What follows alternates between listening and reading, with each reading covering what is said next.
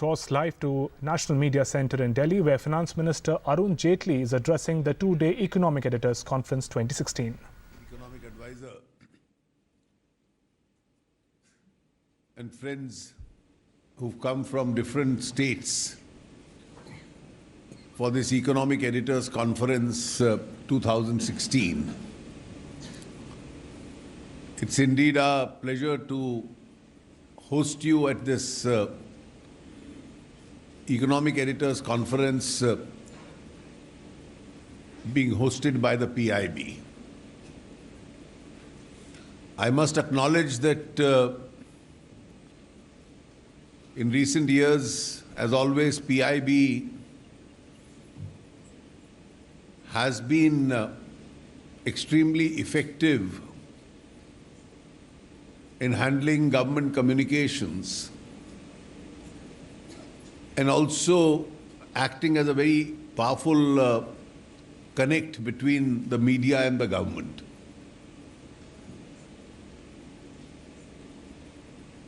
I must personally acknowledge Mr. Frank Narona's and his colleagues' contribution in this because of him, Mr. Malik and others, people like me also get a much larger opportunity, at least to interact with your colleagues who are present in Delhi.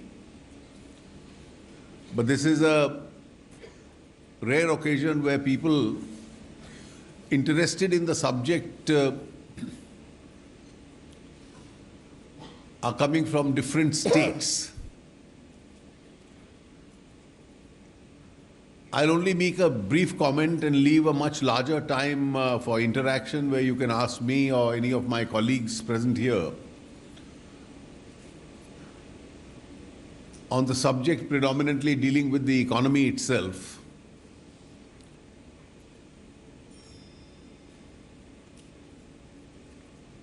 What is my overall experience and impression during the last 2.5 years?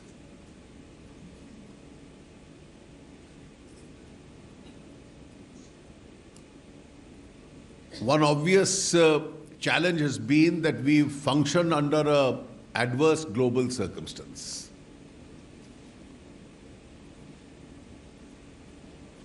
One of the initial challenges before the government was that we had to re-establish the credibility of a decision-making process as far as the Indian economy was concerned. Because there was a long, prolonged phase where critical decisions were not being taken. And there was obviously an exasperation over the fact that critical decisions were not being taken.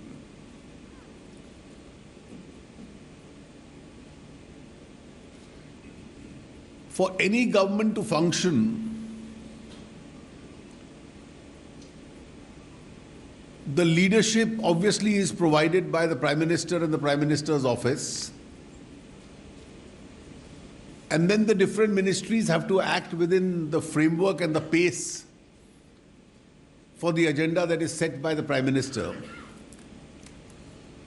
And I think one important feature has been, and that's been a characteristic of this government,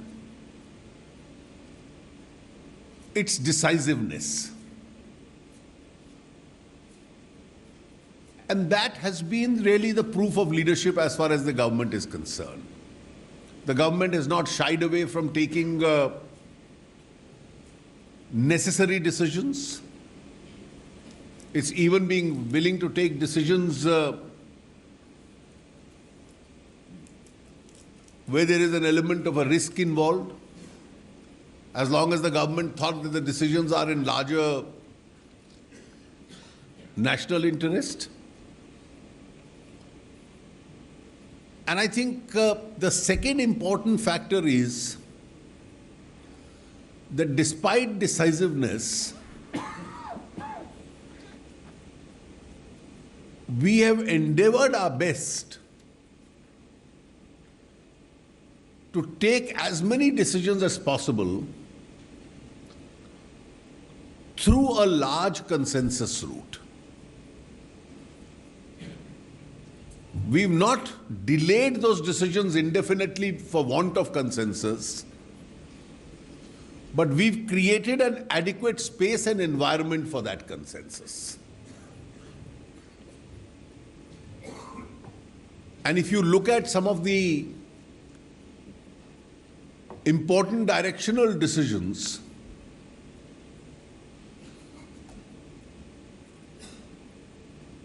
I think one of the obvious decisions which had been pending for a long time, that different sectors of the economy needed to be opened up.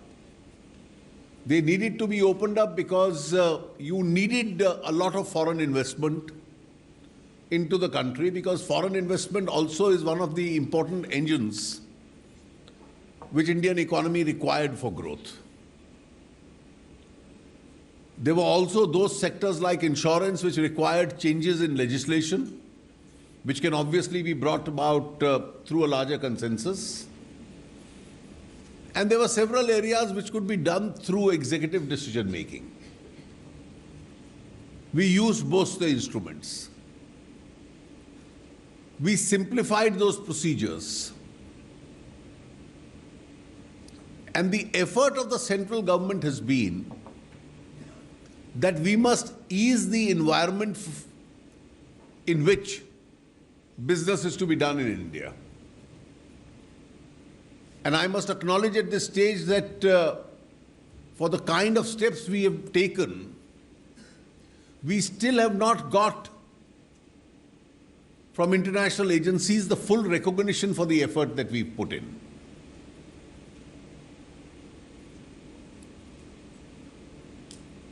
We learned from one experience of the last government,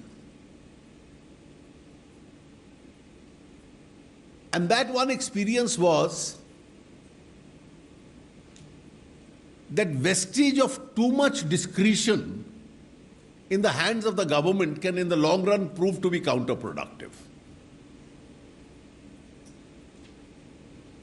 So the decisions with regard to coal mining, minerals, spectrum,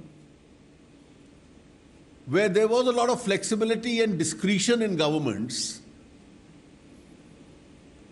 eventually led to finger pointing, cancellation of contracts, disruption of business environment, and then the energies of the government being frittered away in trying to firefight. We learned from that experience, and therefore one of the initial acts of the government was that some of these critical economic decisions should be taken through a market mechanism which is fair and objective. And government discretions must maintain an arm's length distance.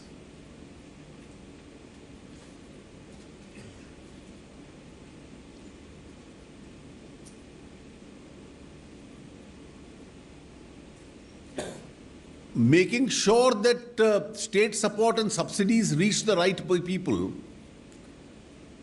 and therefore are rationalized has been discussed for decades but never implemented. We implemented that. There is still a lot of work in progress. The Aadhaar legislation has proved to be an important catalyst in that regard.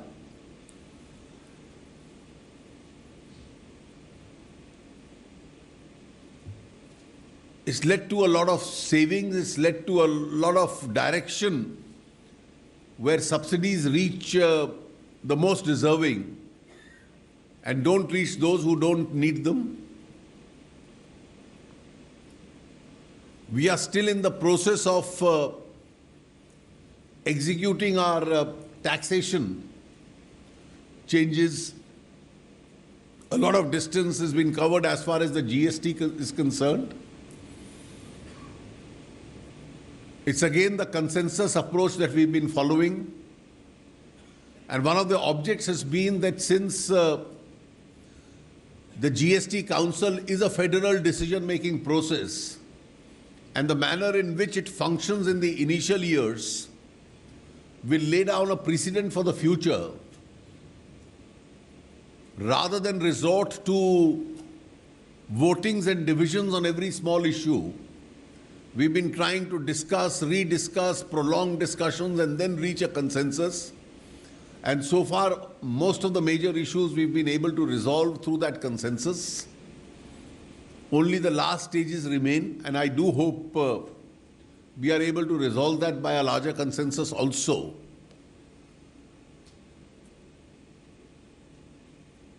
And this form of functioning of the Council, where discussions and consensus is a preferred option, is a precedent we are trying in this federal decision-making body to establish. We also have parallelly reforms going on as far as the direct tax structures are concerned. And if you have seen from the insolvency bill to the GST to now the decisions in the Council, our preferred option has been consensus. And we will hope to exercise that preference itself.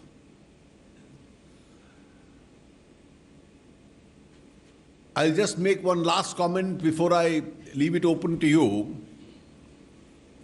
I'd already yesterday discussed with our friends based in Delhi the recent decision of the government to cancel as a legal tender the rupee 500 and rupee 1000 notes.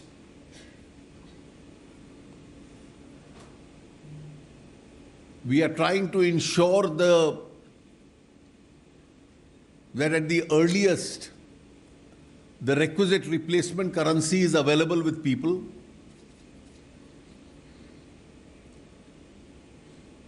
We do believe that there is no need to rush in the initial days because people have a lot of time till 30th December with the entire banking and the post office system.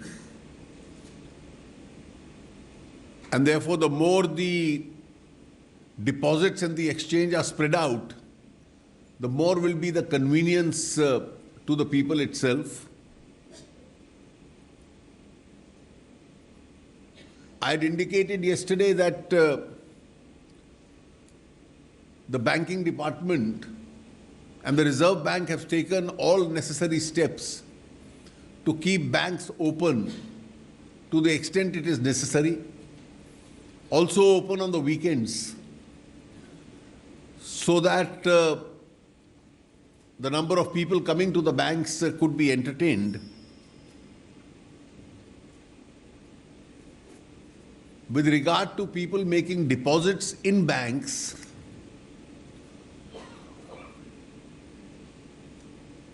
well, small deposits which are made, nobody will face any questions or any harassment of any kind. So people who have small amounts of cash, there has been an Indian tradition to keep some cash always at home for exigencies and emergencies which is required. They can exchange that, they can deposit that into their accounts. And the revenue departments are not going to take notice of these small depositors. In any case, deposits which are within the tax exempted limits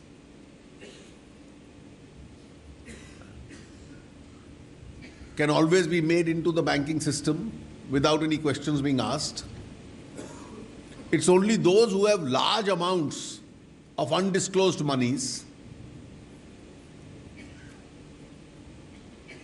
who will have to face the consequences under the tax laws itself. And you already have the tax laws in place. Nothing new is intended. And under all our existing laws, whatever accountability they have, they will have to face that accountability.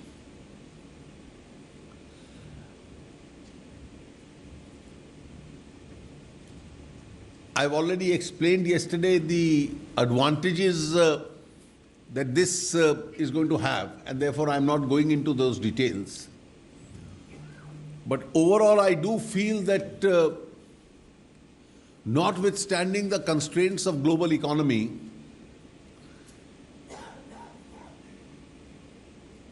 on our own intrinsic strength within those global limitations, we are doing reasonably well. This year, both tax collections have been reasonably good. Half year having passed by, the public expenditure has been much more than even the previous year. So there is a spurt in public expenditure. We are getting good global investments. And local demand also is picking up.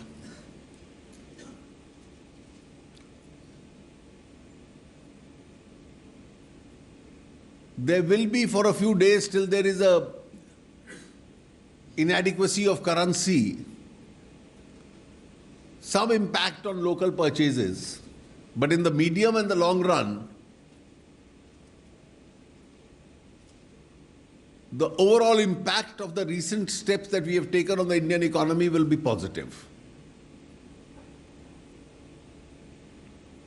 That is all I had to say in an opening comment, and I leave the remaining time for you for interaction. And as the DG-PIB has said, those who have come from outside, this should be an important opportunity for them to field questions and interact. Thank you, Honorable Minister, sir.